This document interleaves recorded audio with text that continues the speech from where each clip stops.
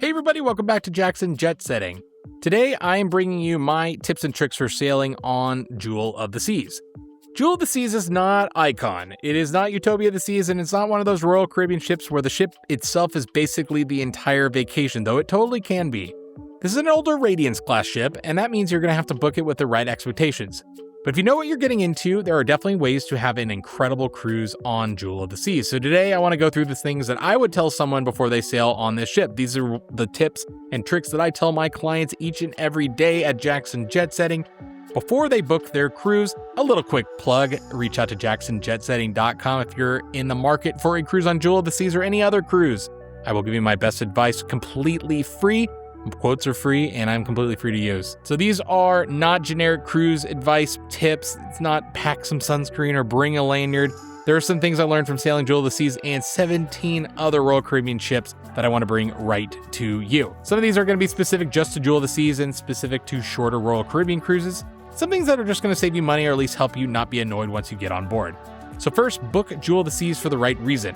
That's because this is probably the most important tip. Do not book Jewel of the Seas because you want the newest Royal Caribbean ship. You're not going to find Aqua Theater shows on here, the Promenade, Central Park Surfside, bumper cars, the North Star water slides, or any of the big vacation things that Royal Caribbean loves to market in their commercials that you see on every single commercial break. This is not that ship. Jewel of the Seas is an older Radiance Class ship. It's smaller, it's easier to navigate, and it's more ocean focused and a lot more traditional than the Royal Caribbean ships of today. And that is not a bad thing. You have to know that going in. If you're booking Jewel of the Seas because the price is good, the itinerary works, and you want a quick getaway from Fort Lauderdale, you want a classic cruise ship experience, I think you should really consider Jewel of the Seas. But if you're expecting Utopia of the Seas, which sails from Port Canaveral up the coast, you're gonna have a very different weekend than everyone else on board. For me, this was my third Radiance Class ship and my 17th Royal Caribbean ship overall, so I came in knowing what this class was. So second, you gotta use Fort Lauderdale to your advantage. It's one of the best parts of sailing this ship was how easy the logistics are. You can book a lot of hotels very close to the port. I've stayed at several of them. You can check out a few links below in the description for some of my favorites. On this trip, I stayed at the Hard Rock, the Guitar Hotel.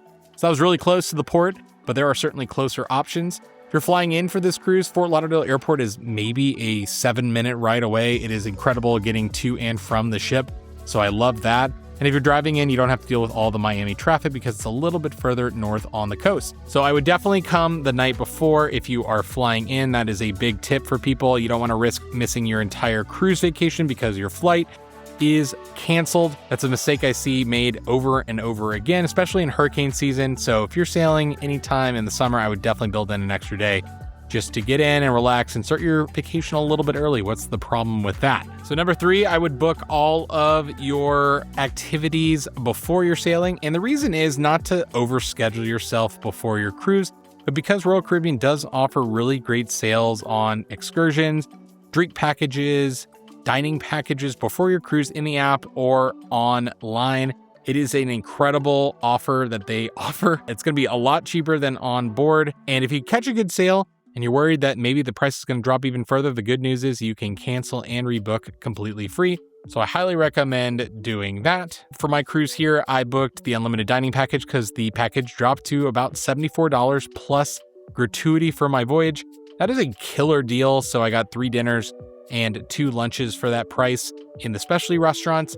For the price I paid, I thought it was a good value. My next tip is to understand that the Jewel of the Seas is doing weekend cruises, so a lot of people are going to be on board for that 3-night sailing that leaves on Friday and comes back Monday to have a good time, though the crowds do seem to be a little bit more subdued from Fort Lauderdale than from my cruises that I take over the weekend from Miami. So just know that it's going to be a little bit more of a rowdy vibe on the weekend. And if you take the 4-night version of the itinerary that runs from Monday through Friday, you're going to have a little bit less of a crazy crowd. Not to say that the crowd can't get crazy at times, but it's just so funny sailing out of different ports and seeing how crowds can potentially change. I've probably sailed out of 12 different ports from the US at this point. And so it's always great seeing just all the different types of people that come on board with you. And so Fort Lauderdale being so close to Miami, you wouldn't think that the crowd really changes that much, but I have noticed a slight difference. So let me know in the comments if you feel the same way. Another tip is on embarkation day, get there early because Royal Caribbean does have boarding groups, but I felt like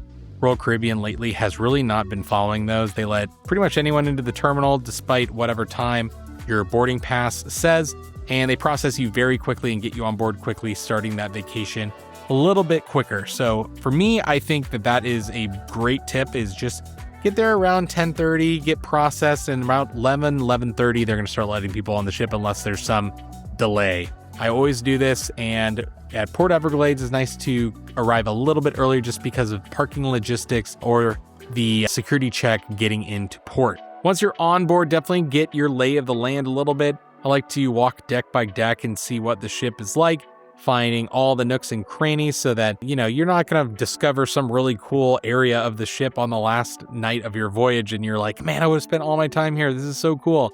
That's a mistake that a lot of people make. So use Embarkation Day to your advantage. Your room is going to be ready around 1 p.m. So it's nice to have a leisurely lunch until that happens. You can bring some carry-on items, pack your swimsuit in that carry-on.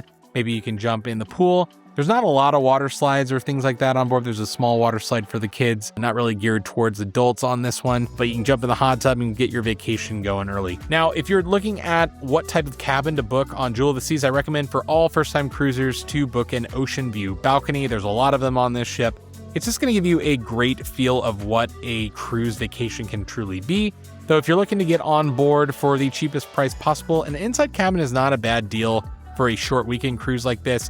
I rarely spend much time in the cabin besides to sleep. If I get any sleep, there's just a lot of fun late night activity on board. So for me, I think the inside cabin is not a bad option. Ocean view tends to not be really competitively priced, in my opinion. So I would either opt for the balcony or the inside cabin. The next tip I have for you is not to expect like nonstop activities. They have plenty of activities scheduled on the ship.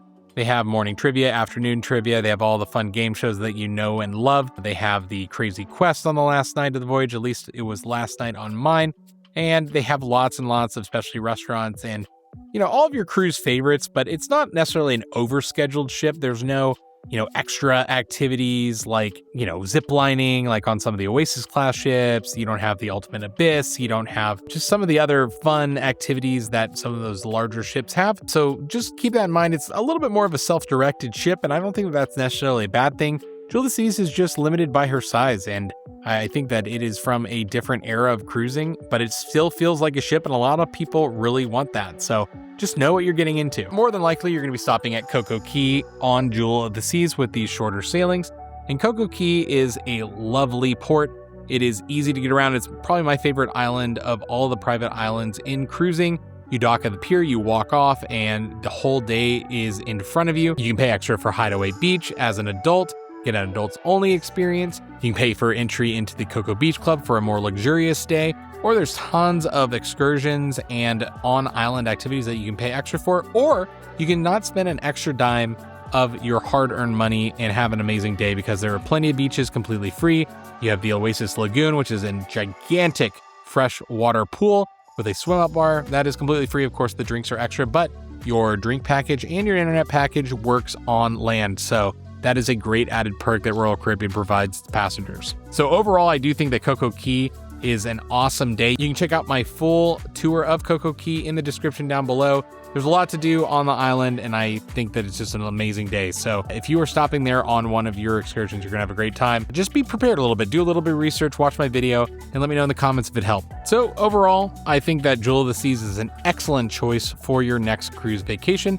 You gotta know what you're getting into, and I hope that this video and all the other videos on my channel on Jewel of the Seas has helped you plan a little bit better. I'm Mark Jackson. This is Jackson Jet Setting. Thanks a lot for watching, and we'll see you on the next video.